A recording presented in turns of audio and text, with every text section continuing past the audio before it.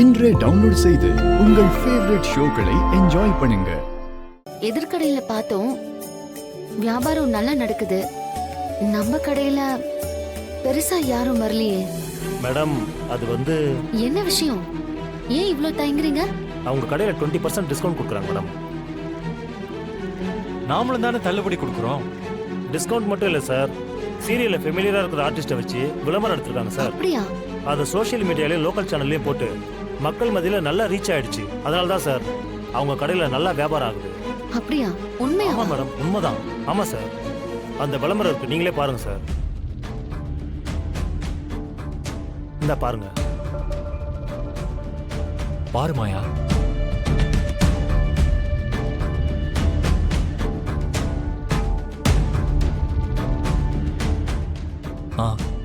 இந்தாங்க. சரிங்க சார். சரி, நீங்க வேலையை பாருங்க. சரிங்க மேடம். சீனு, போலாம்.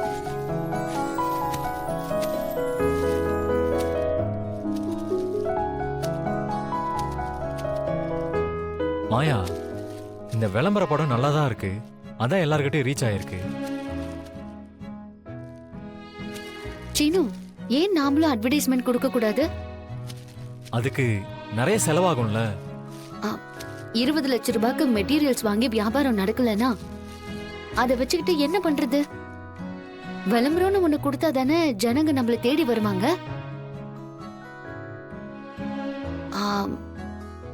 அதுக்காக கொஞ்சம் செலவு பண்ணா தப்பில்ல. நாமளும் டிஸ்கவுண்ட் கொடுக்கறோங்கிறது மக்களுக்கு தெரியணும்ல. எல்லா பணத்துக்கும் நாம சரக்கு வாங்கிட்டோமே. அட்வர்டைஸ்மெண்ட் எடுக்கிறதுனா பணத்துக்கு எங்க போறது? பெரியப்பா எனக்கு 20 லட்சம் ரூபாய் கொடுத்திருக்காருல்ல, அதுல இருந்தே எடுத்துக்கோ. செல்வம் சொன்ன மாதிரி லோக்கல் சேனல்லையும் சோஷியல் மீடியாலயும் அட்வர்டைஸ்மெண்ட் கொடுப்போம். அது நல்லா ஹிட் ஆச்சுன்னா ஜனங்க வருவாங்கல்ல. நம்ம வியாபாரமும் நல்லபடியா நடக்கும்.